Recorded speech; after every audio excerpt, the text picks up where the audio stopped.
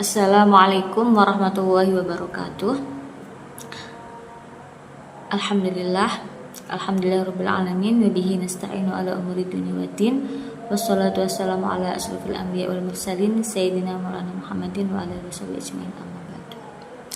Pada pertemuan hari ini kita akan membahas kitab Khulasah Nurul Yakin fi Siratis Sayyidil Mursalin, mulai pada pembahasan bagaimana Nabi Muhammad melakukan perjalanan ke Syam untuk menjajakan atau memperdagangkan barang dagangan dari Khadijah. Nah, di sini Nabi Muhammad menjadi mitra kerja seorang saudagar kaya di Mekah yang bernama Sayyidah Khadijah. Mari kita mulai. Qala al-musannifu rahimahullahu ta'ala wa nafa'ana bihi wa bi ulumi fit tawrini amin. Al-Fatihah. A'udzubillahi minasyaitonir rajim. Bismillahirrahmanirrahim. Alhamdulillahirabbil alamin arrahmanir rahim maliki yaumiddin iyyaka na'budu wa iyyaka nasta'in ihdinas siratal mustaqim siratal ladzina an'amta 'alaihim ghairil maghdubi 'alaihim waladdallin. Pada pertemuan sore hari ini kita akan membahas tentang bab 7 yang menjelaskan dengan safaratuhu as-saniyatu ila Syam. Perjalanan Nabi Muhammad yang kedua ke Syam. Fil khamisati wal 20 min umrihi sallallahu alaihi wasallam safara ila Syam marratan thaniyatan fi tijaratin li sayyidati Khadijah. Pada usia 25 tahun, Nabi Muhammad sallallahu alaihi wasallam pergi ke Syam untuk kedua kalinya ya. Yang pertama kali itu pada saat beliau berusia belasan tahun dan bersama dengan pamannya Abu Thalib. Kemudian beliau bertemu dengan seorang pendeta Nasrani yang bernama Bukhairah yang menjelaskan kepada Abu Thalib tentang tanda-tanda nubuwah yang akan diterima oleh Nabi Muhammad. Nah, ini pada usia 25 tahun Nabi Muhammad melakukan suatu perjalanan perdagangan ke Syam lagi. Syam itu kalau hari ini berarti wilayahnya Suriah ya, atau Damaskus. Itu di masa lalu atau di abad ke-7 wilayah itu disebut sebagai wilayah negeri Syam. Dan beliau memperdagangkan atau menjadi kongsi atau utusan dari kafilah dagang milik seorang saudagar kaya bernama Khadijah. Kemudian berikutnya, wa kanat dzata safarin wa malin. Beliau adalah seorang saudagar yang memiliki kemuliaan atau prestis ya, kelas atas lah ibaratnya. Kalau di kota metropolitan seperti Mekah pada saat itu, berarti Khadijah adalah seorang pengusaha kelas atas ya. Dan di situ beliau hampir-hampir dikenal lebih banyak atau ya kekayaannya itu menyetarai kekayaan para laki-laki di sana. Jadi kalau misalnya ada dalam sebuah tradisi masyarakat yang patriarki itu banyak menggantungkan kehidupan yang sifatnya nafkah harta itu ya kepada laki-laki, maka Khadijah bisa dikatakan bahwa Sayyidah Khadijah itu tidak membutuhkan itu dari seorang laki-laki itu. Waqad ikhtarathu li hadzal amal li annaha sami'at bisidqihi wa amanatihi wa akhlaqihi as-syarif.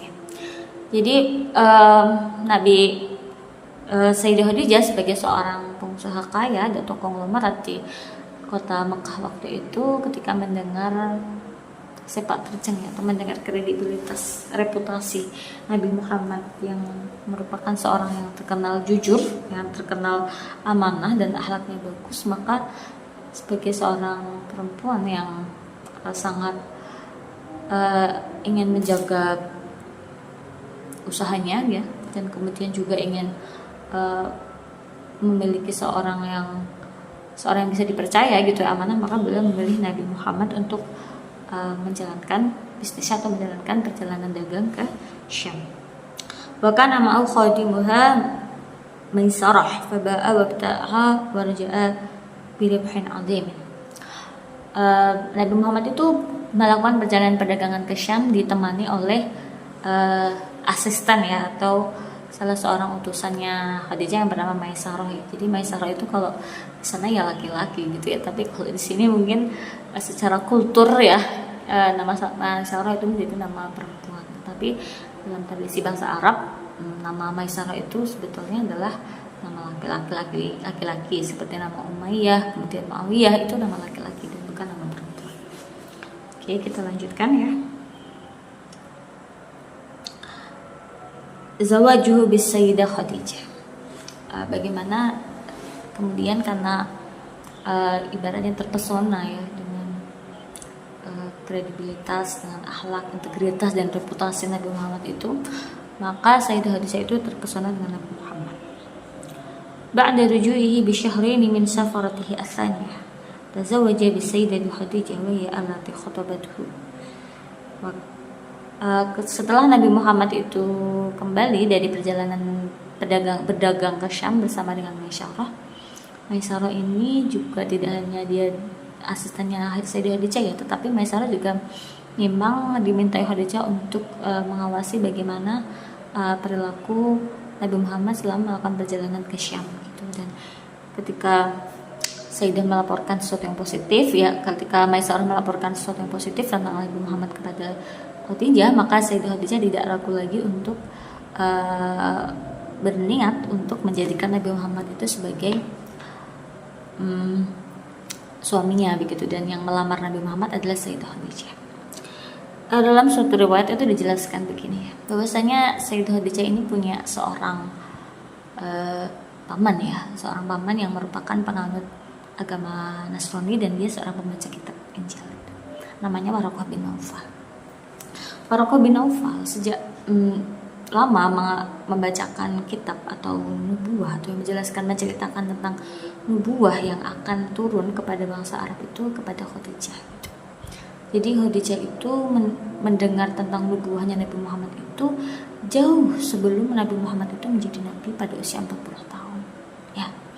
Dan dia membaca penjelasan ya dari bagaimana penjelasan kitab yang diterangkan oleh Waraqah bin Naufal itu.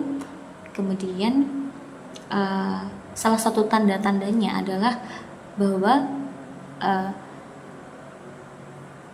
seorang nabi ini akan melakukan perjalanan 2 kali ke Syam dan bukan hanya 1 kali begitu.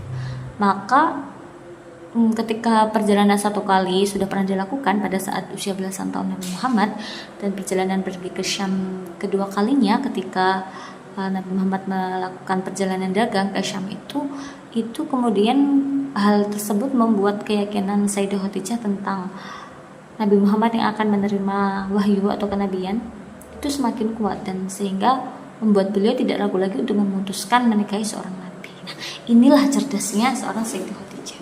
Jadi Sayyidah Khadijah itu beliau walaupun orang-orang di Mekah ya saat itu relatif tidak banyak yang membaca kitab, tetapi dia memang karena sebagai seorang yang kelas atas, dia termasuk orang yang bisa mengakses pengetahuan atau kitab itu dari seorang pamannya yang merupakan seorang pendeta Nasrani bernama Waraqah bin Naufal gitu ya. Jadi dengan adanya pengetahuan yang beliau dapatkan dari pamannya itu, beliau mencari dan terus menunggu siapa pemuda yang nanti akan menjadi seorang nabi ini yang akan diutus di tengah-tengah bangsa Arab gitu. Dan beliau mengawali pendekatannya kepada Nabi Muhammad itu tidak seperti tradisi perempuan-perempuan di sana pada masanya gitu. Namun perlu diketahui ya, kenapa kemudian Sayyidah Khadijah itu punya kapabilitas untuk kemudian bisa memutuskan untuk mengajak Nabi Muhammad menikah. Tidak lain karena Sayyidah Khadijah itu adalah seorang perempuan yang berdaya. Jadi beliau tidak terjebak oleh tradisi patriarki yang mengungkung gerak perempuan atau konstruksi-konstruksi sosial yang kemudian melarang perempuan untuk memilih hidupnya atau memilih suaminya atau memilih calon suami yang dirasa baik untuk yang dia butuhkan gitu, yang dia rasa itu baik dan tidak sekedar menarik ya, tetapi baik untuk masa depannya, untuk perkembangan baik intelektual, spiritual maupun emosionalnya gitu. Tetapi dalam tradisi patriarki pada umumnya dan termasuk juga di Jazirah Arab pada abad itu apa yang dilakukan oleh Sayyidah Khadijah itu termasuk sesuatu yang out of the box gitu ya, termasuk bukan sesuatu yang lazim dilakukan oleh perempuan di masanya gitu. Namun meski demikian, karena Sayyidah Khadijah ini adalah seorang konglomerat ya, saudagar kaya dan seterusnya, maka apa yang dilakukannya tidak dikritik oleh laki-laki maupun juga tidak dikritik oleh para kaum perempuan di sana. Nah ini kita bisa dari sejarah ini bisa mengambil pelajarannya bahwa sebetulnya kalau seorang perempuan itu ingin menentukan jalan hidupnya yang baik gitu dan tradisinya dan kebutuhan perkembangan dia sebagai seorang manusia untuk supaya dia bisa memaksimalkan potensi spiritualitas, potensi intelektualitas dan potensi kecerdasan emosionalnya dengan cara baik, maka salah satu modal yang dia miliki adalah memiliki kemandirian dan keberdayaan. Jadi harus independen. Termasuk salah satunya adalah emotionally independent, intellectually independent, mentally independent, dan financially independent begitu. Oke, kita lanjutkan. Wa kana umruha 40 sanatan wa umruhu sallallahu alaihi wasallam 25 sanatan. Jadi seorang Sayyidah Khadijah ini ketika menikah dengan Nabi Muhammad itu beliau berusia 40 tahun dan Nabi Muhammad berusia 25 tahun. Jadi ada selisih 15 tahun gitu ya. Tapi ada selisih 15 tahun itu bisa menjadi salah satu istilahnya sirah ya, sunnah gitu yang bahwa pernikahan itu tidak selalu yang laki-laki lebih tua daripada perempuan dan tidak selalu yang perempuan harus lebih muda daripada laki-laki. Dan ada loh, jadi Nabi Muhammad dalam satu perjalanan hidupnya itu menikah dengan seorang perempuan yang lebih tua. Karena Nabi Muhammad adalah uswah ya, maka banyak dari sequel dalam hidup beliau atau episode beliau itu yang akan ditiru oleh umatnya. Maka salah satu hal yang terjadi pada beliau adalah beliau menikah dengan perempuan yang lebih tua supaya di kemudian hari oleh umatnya itu tidak dianggap bahwa menikah dengan perempuan yang lebih muda itu adalah sunnah gitu, dan menikah dengan perempuan yang lebih tua itu bukan sunnah gitu. Karena kenapa ya? Karena Nabi Muhammad faktanya dalam satu episode hidupnya beliau menikah dengan perempuan yang lebih tua. Bagian dari salah satu perjalanan hidup ya, atau sejarah hidup gitu. Wa kanat qablahu mutazawwijatun bi Abi Halah wa qad mata wa lahu waladun minha ismuhu Halah. Sayyidah Khadijah itu sebelum menikah dengan Nabi Muhammad menikah dengan seorang laki-laki yang punya julukan Abi Halah, punya satu anak laki-laki juga dari pernikahannya dengan Halah dinamai dengan Halah. Wa qad aqamat ma'a rasuli 25 sanatan wal yatazawwaj khairuha hatta tuwfiyat. Nah, ada satu hal yang menarik ya. Ketika Nabi Muhammad itu menikah dengan Sayyidah Khadijah dan Sayyidah Khadijah berusia 40 tahun dan Nabi Muhammad berusia 25 tahun, beliau menikah atau sepanjang hidup beliau itu perjalanan pernikahan dengan Sayyidah Khadijah itu beliau tempuh selama 25 tahun pernikahan. Dan selama 25 tahun pernikahan itu Nabi Muhammad tidak berpoligami.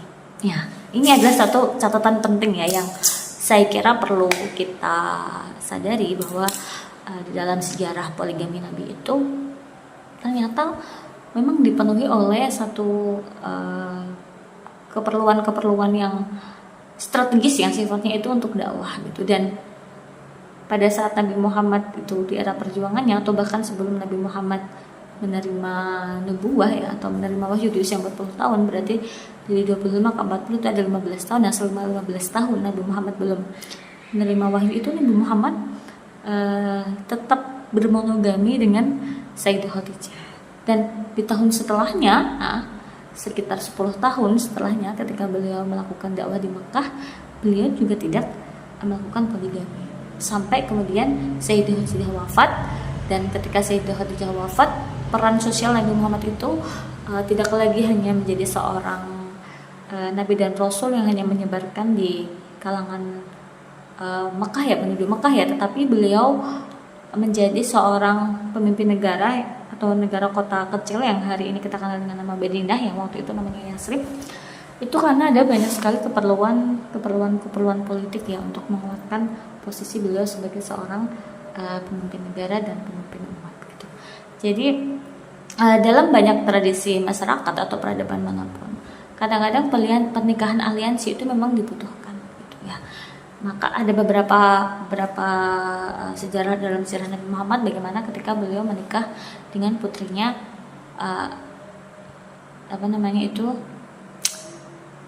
Abu Sufyan misalnya begitu ya. Dan beliau menikah dengan putrinya Abu Sufyan itu yang bernama Romlah itu kan karena ya Abu Sufyan adalah seorang presiden Mekah ya, bagaimana dalam sebuah perjanjian Hudaybiyah di era perjanjian Hudaybiyah itu era pasca perang Uhud ya, dan penduduk Mekah dan penduduk Madinah ini lagi perang dingin lah, kira-kira begitulah kalau konteks hari ini mungkin seperti perang dingin begitu, dan itu salah satu pengikatnya adalah Nabi Muhammad menikahi putri Abu Sufyan gitu misalnya.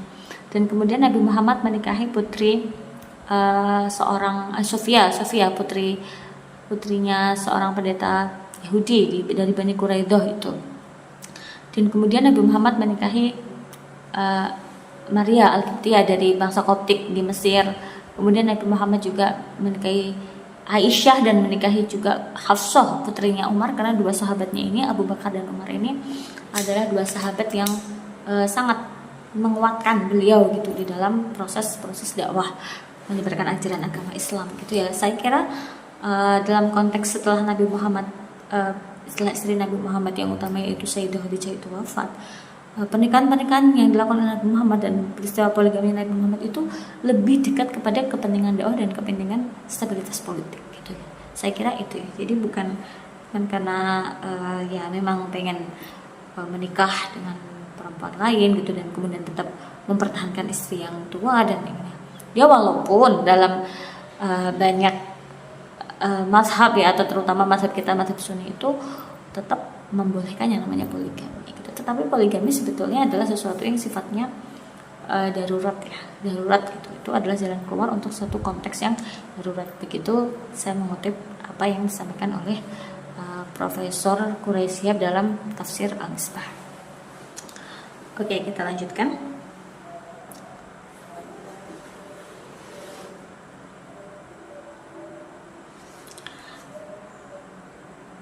Hikamuhu baina Quraisy fi wad'il hajaril aswad.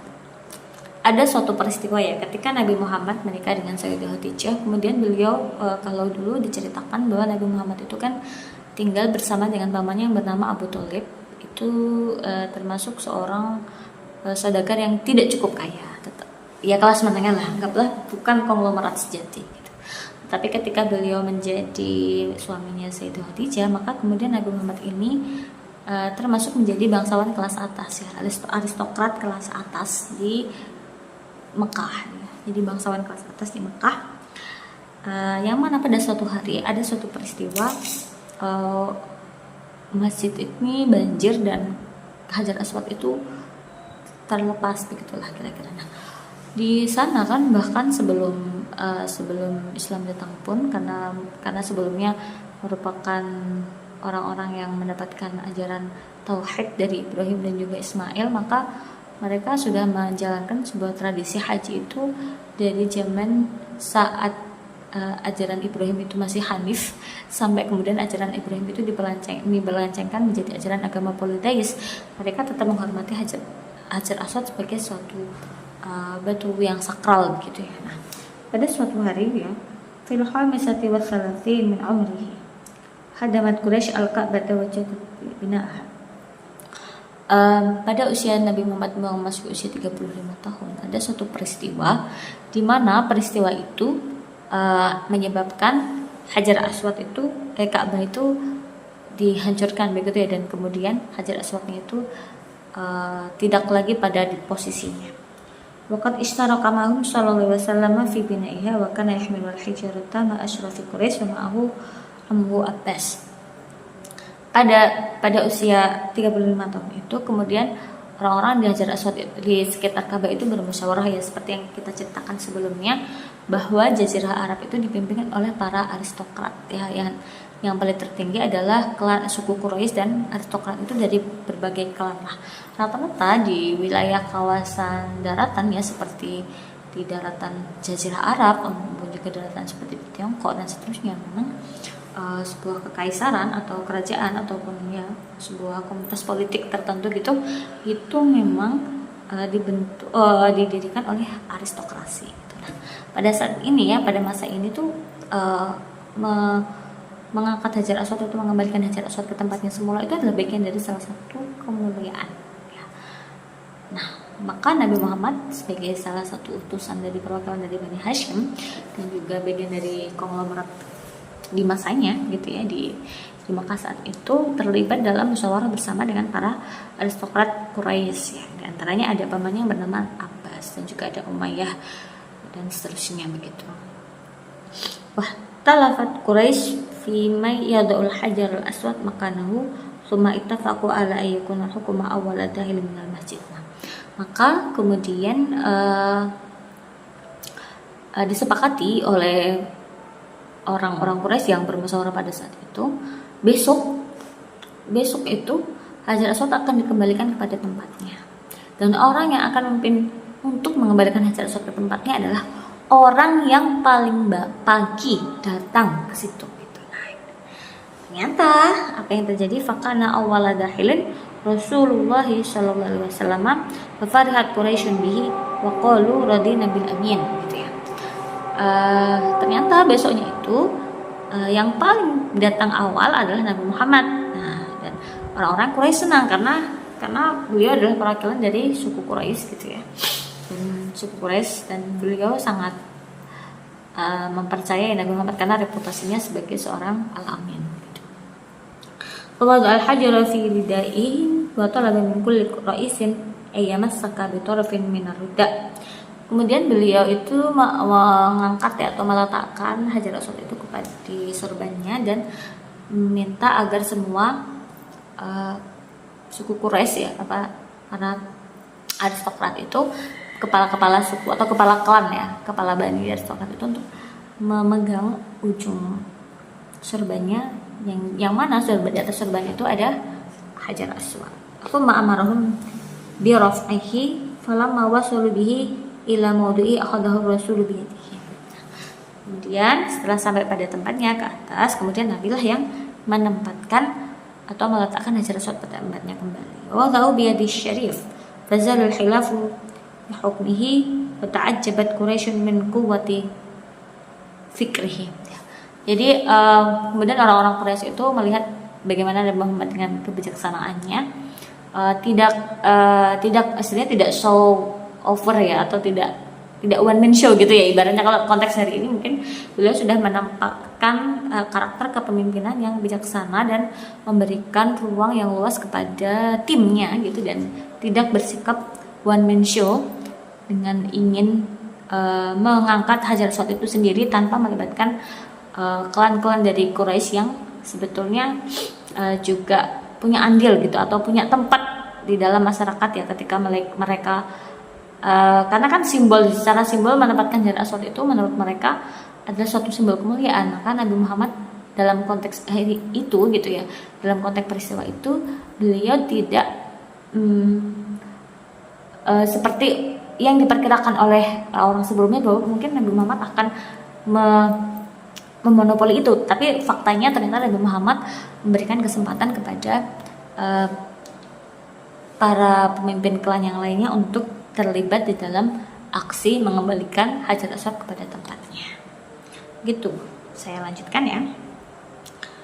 Nasya'atuhu sallallahu alaihi wasallam ishtahara sallallahu alaihi wasallam baina qawmihi bi jama'il hisali al-mahmudah kasuduki wal amanati wal hilmi wal hayati wat tawaddu'i hatta aqabuhu bil amin wa kana qawmuhu wa isyaratuhu yuhibbuna hubban 'aziman wa yahtarimunahu ihtiraman zaidan وقد حفظه الله منذ صغره من أعمال الجاهلية فلم يشرب خمرا ولم يسجد للصنم وأكرمه صلى الله عليه وسلم قبل النبوة بمعجزات دلت على عظم مستقبله منها تستهير الغمامة له في سفرة الثانية إلى الشام. Bagaimana kehidupan Nabi Muhammad itu sebelum beliau itu menjadi seorang nabi atau dipersiapkan menjadi seorang nabi. Di antaranya adalah Nabi Muhammad itu dikenal di kalangan masyarakatnya sebagai seorang yang berintegritas, beramanah, kemudian beliau cukup santun, wal haya, dan pemalu itu maksudnya mungkin tidak bisa disebut bahwa beliau bukan orang yang melakukan perbuatan yang tidak layak di luar gitu ya, tidak melakukan perbuatan yang tidak senonoh gitu. Tidak melakukan itu karena beliau punya rasa malu yang tinggi gitu ya. Tawadhu, dan beliau tawadhu sehingga masyarakatnya menyebut beliau sebagai seorang al-amin gitu.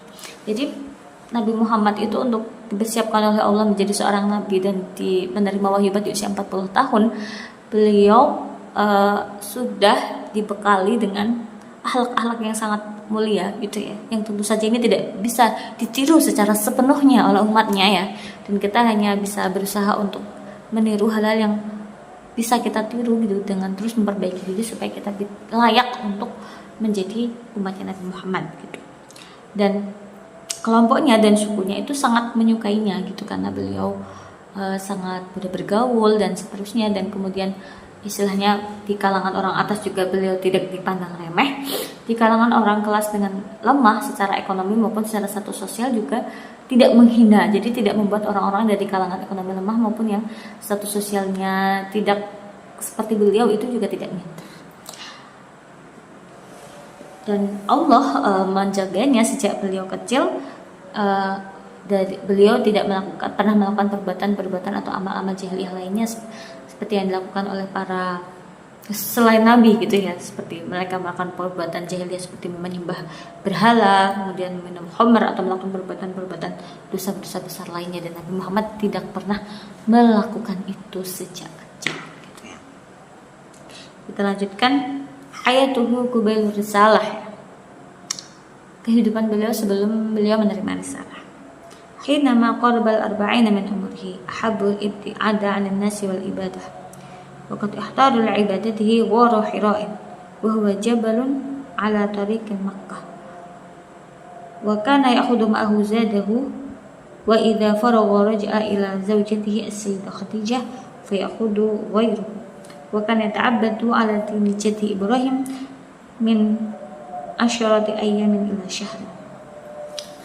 Ketika usia beliau mendekati 40, nah jadi ada guyonannya di kalangan kita gitu ya. Kalau kita itu usia kita udah mendekati usia 40, itu kita mendekati usia kenabian ya. Maksudnya itu begini, mungkin kita tidak akan menjadi nabi begitu ya, tetapi kita harus sadar bahwa mendekati usia 40 itu adalah usia-usia di mana kita harus menyadari bahwa spiritualitas kita tuh harus kita tingkatkan, dan rasa kemerungsung kita terhadap dunia tentu saja harus mulai kita kurangi gitu. Kita mulai mencoba untuk mengubah pola pandang kita yang mungkin awalnya emosionally unstabil gitu, intelijensinya juga tidak kuat, atau secara spiritual kita juga belum cukup mapan begitu ya. Nah, maka di usia 40 itu adalah usia-usia di mana kita butuh untuk melakukan perbaikan gitu, dan Nabi Muhammad melakukan itu. Beliau menjauh dari hiruk pikuk kota Mekah, yang kota Mekah adalah kota metropolitan gitu. Beliau menjauh dan melakukan satu istilahnya meditasi gitu hari ini. Beliau ingin beribadah dan merenung gitu, melakukan perenungan di sebuah gua yang kita kenal dengan nama Gua Hira ya. Dan beliau sering melakukan itu mendekati usia beliau ke 40 tahun, itu sering melakukan itu. Kemudian kalau bekalnya pula kurang, kemudian beliau balik lagi gitu. Sampai kemudian apa yang dilakukan oleh Nabi Muhammad di Gua Hira gitu ya. Nabi Muhammad melakukan ibadah seperti yang diajarkan oleh ajaran leluhurnya itu Nabi Ibrahim. Nah, di sana ada sebuah tradisi namanya ajaran Al-Hanif gitu ya.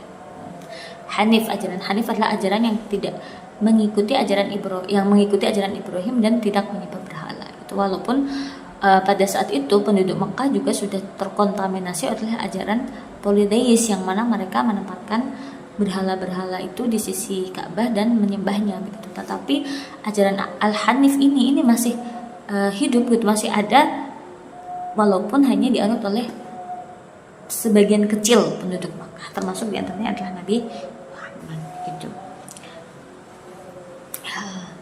Sampai sini ya, kita akan melanjutkan pada pertemuan berikutnya di bab kedua, yaitu tentang budu'i nuzulil wahyi. Nah, ini adalah episode berikut Nabi Muhammad. Nah, pada pertemuan berikutnya kita akan membahas tentang itu, dan mudah-mudahan setelah membaca kisah-kisah Nabi Muhammad kita dapat meneladani beliau dan bersemangat dalam hidupnya.